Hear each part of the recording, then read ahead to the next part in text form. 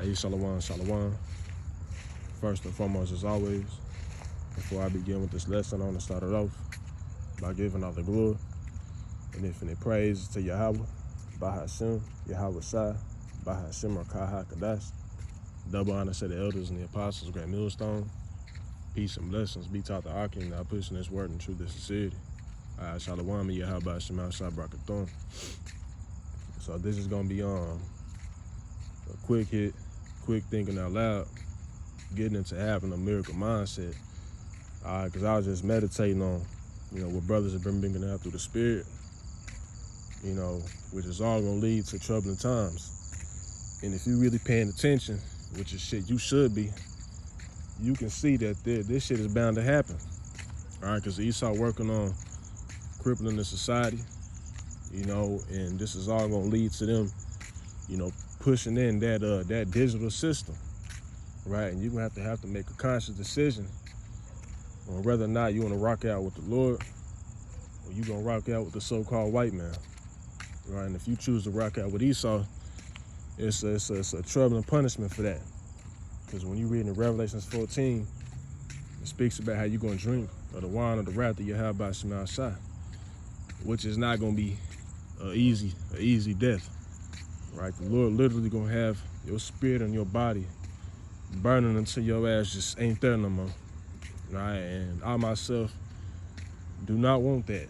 So, it'll be wise, to have all your eggs in one basket, man, when it comes to the Lord. But, going back to the point, just having a miracle mindset, man. All right, because in these times that we're coming into, it's going to take divine intervention, for us to be delivered, man. You got Jake trusting in carnality and shit, they guns. When that's not going to deliver you.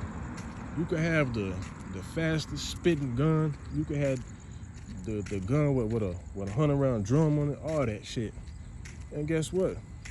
You get taken out with one bullet. You walk outside thinking you finna go doing your Rambo shit, and you catch a bullet to your top, and that's it. Your ass sent back to the spirit world. All right, that's why brothers say not to put your trust in carnality, and the scriptures say not to. All right, because as Yahweh said, to be carnally minded is death, man. By you trying to make war with the so-called white man, you asking for a death wish. They got all types of shit that you niggas are simply not ready for, man. Right? And we understand, just like how it was with our forefathers, it's gonna take divine intervention for us to be delivered, man. You know what I'm saying? Jake loved to go to the Maccabees, but what happened when the Maccabees went out there without their sword pursuing that army? Them niggas fled. That was through divine intervention. And it's gonna be no different in this time now. All right? Don't be putting no trust in no funky ass gun, man, because that's not what's gonna save you. What's gonna save you is as soon as you got faith in the Lord, right? And faith ain't just something that you should just be throwing around and shit, man. All right, faith is an action. Just like how if a woman say that she love you, she like you, she care about you, she gonna show that. She gonna cater to you, she gonna please, she gonna, do the whole nine, man. It's the same thing when it comes to serving Yahweh Shema Shai. If you truly got faith in the Lord, you're gonna stand on that. You're gonna stay 10 toes down no matter what. And not only does that apply now, but it really apply whenever, this shit start getting hard out here, man. All right, because, you best believe it's coming. All right, but although it's going to be hard, there's always a balance to it, man. Because the Lord said that a false balance is an abomination to him. So, yeah, you're going to be tried. Hell yeah. But, hey, the Lord, he going to work a miracle. Just like how now. Brothers be going through shit. Whether maybe financially. Brothers ain't got nowhere to stay. And then what the Lord do? The Lord always works something out because he purifying you. It's going to be no different whenever all hell break loose. You may be out on the run. Esau may be trying to get you. You may be thrown into a camp. Who knows? I don't know what brother's lot is. I don't even know what my lot is. All right? But the Lord's going to try you, man. Just like how he did with our forefathers. Them testimonies, them wasn't written for no reason. Romans 15:4 said that all things that were written aforetime are written for our learning. So, think about Shadrach, Meshach, and Abednego. Whenever, Nebuchadnezzar, he had that idol set up, and he said that whoever don't bow down to it, they're going to be thrown into the furnace. Shadrach, Meshach, and Abednego had to make a conscious decision on whether or not they was gonna bow down to it, or they was gonna rock out with the Lord. And guess what they did? They rocked out with the Lord, showing they had that ultimate faith, going into the furnace, praising the Lord. And guess what? The Lord worked a miracle, you know, because they was just tossed in that bitch. And Yahweh Shai was down there. He kept them from, you know, getting hurt, bumping their head, because they didn't just, you know, oh, just set them in there. Hell no, they get in there, nigga, pushed them in there. You know, they probably could have hit their head and everything. But the Lord kept that from happening. And then he kept them from burning. So much to the point where they didn't even smell like smoke. Not even the hair on their head burnt. Their coat didn't smell like smoke. But why did that miracle work out for them? Or why did the Lord give them that miracle? Because they showed they had faith. Right? Look at Daniel. Daniel, you know, he was, you know, thrown into a damn lion's den. You know, I think for the same reason, if I'm not mistaken. You know? And, you know, the Lord, you know, since Daniel had showed his faith, the Lord had sent angels to shut up the mouth of the lions. You know, because Nebuchadnezzar, he had basically starved out for like 3 days. So that when Daniel was thrown in there, it was going to tear bro up. But the Lord kept that from happening. Because Daniel, he stood 10 toes down. You know what I'm saying? And the way our, you know what I'm saying, forefathers left examples, we should be following those footsteps. All right? Because we going to go through similar shit. Wait till Esau grab some of us up and have us in camps. You know, interrogate us, all that shit. You know, if you just take it, I mean, we'll let you loose. You know, you have food, you have a warm place, you be able to take showers. You can't give into that shit, because that's the devil for you. One, because the Lord said, and Salaki found all over the place, really just rocking out through the spirit. But the Lord has said, you know what I'm saying, never trust thy enemy. Esau gonna try to get you to break all that shit.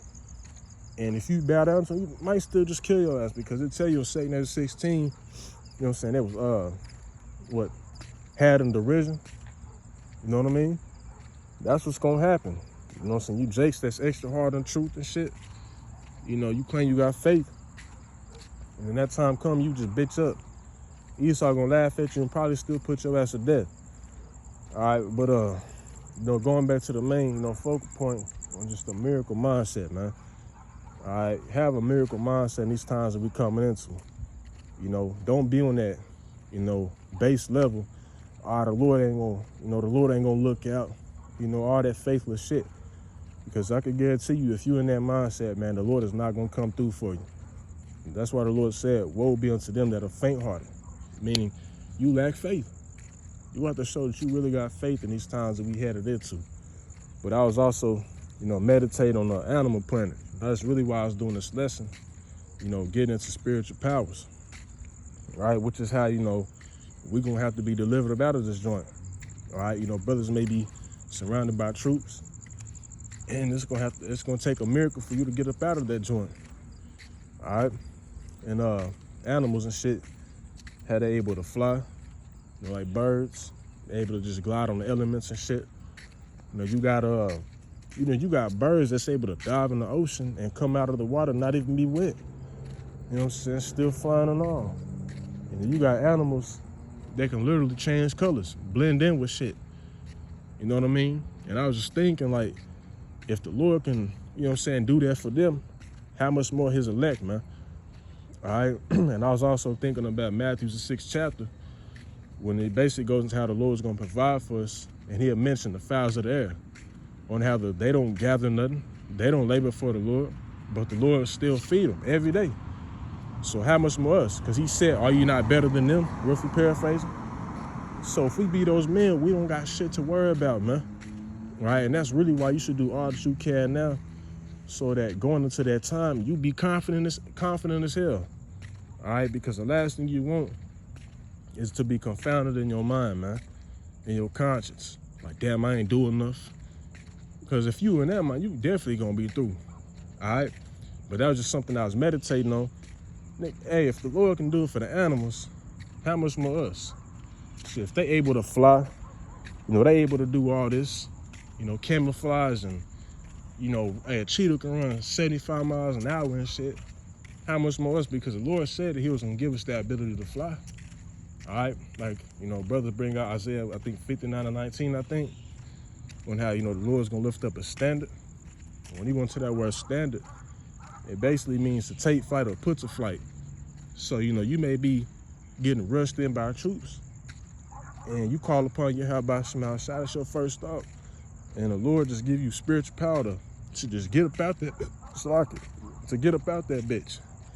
Or give you spiritual power to, hey, yeah, get dirty. You know what I mean? Because you're going to have brothers that's going to be able to get dirty up out here, man. The Lord said that he was going to make us a sharp and threshing instrument. All right? So just expect these things, man. Right? And as you know, as easy as it may say, you know, this is what's going to be happening. All right? But, you know, with that being said, shit, that's pretty much all I had to bring out. It's something just I was thinking about. Also, you know, Salaki. See, I'm just rocking through the spirit, man, so shit, bear with me. But, you know, you may be dipping out from troops and shit. Dipping from troops, and, you know, you duck around the corner and you just, hey, sit back on the wall, and next thing you know, you like the damn wall. You the color of the wall. And they run right past you. You know what I mean? Just think about this type of shit, man. All right? Don't be in all that faithless shit. All right? Because our forefathers was in that spirit, man. All right? And to show you where that faithless shit gonna get you, read Hebrews the 11th chapter. Go back to, you know what I'm saying, how our forefathers was back in the wilderness. All right? What the Lord ended up doing? Purging them out, man. And that's the last thing that you should want, man, is for the Lord to purge you out. All right, so call on Yahweh Shema Shai, Shema Kakadas. Shalom, Baba.